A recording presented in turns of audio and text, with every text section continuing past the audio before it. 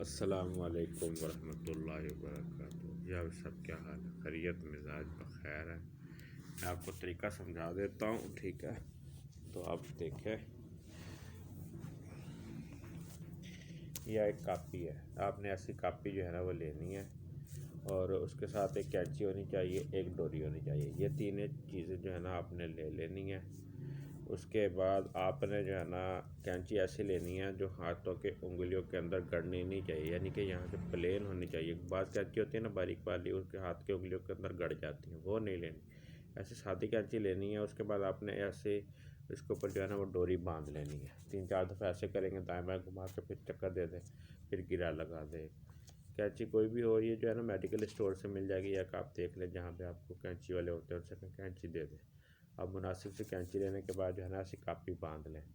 Copy बांध लेने के बाद जो है ना फिर आपने कोई भी जो है ना पढ़ाई जो आपसे के पास है, जो आप ज़्यादा चलाते हैं, जिसके मोक्कल आपसे जो है ना मनूस है, वो मोक्कल को जो है ना 3-4 मरतबा पढ़ाई करेंगे, वो मोक्कल आ जाएंगे। फिर आपने जो है ना इंतखाब करना है कि आपके दाईं हाँ या ना कौन सा है। हाँ, दाईं तरफ कापी घूमेगी तो वो हाँ रख लें, बाईं तरफ कापी घूमेगी तो ना रख लें। ये देखिए, अब मैं पूछता हूँ, बिस्मिल्लाहिर्रहमानिर्रहीम।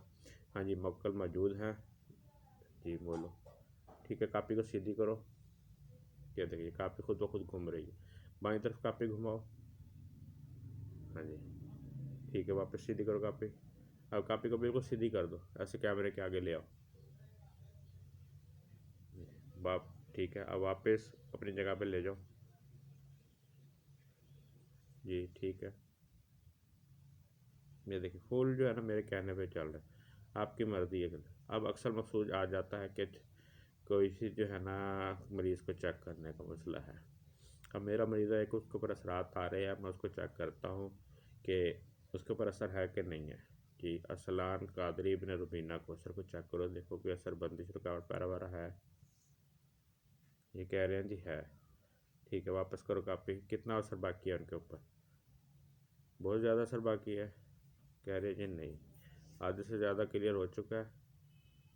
कह रहे हाँ क्लियर हो चुका है। ये देखें, आप मुझे बता रहे हैं, यही मैंने पूछना, कितना असर बाकी रह गया? 10%, 20%, 30%। ये कह रहे हैं 30% असर जो है ना उनका बाकी है। 30% असर जो है ना बाकी है। कितने दिन लगेंगे क्लियर होने में? 1 दिन, 2 दिन, 3 दिन मजीद पढ़ाई कर तो क्लियर हो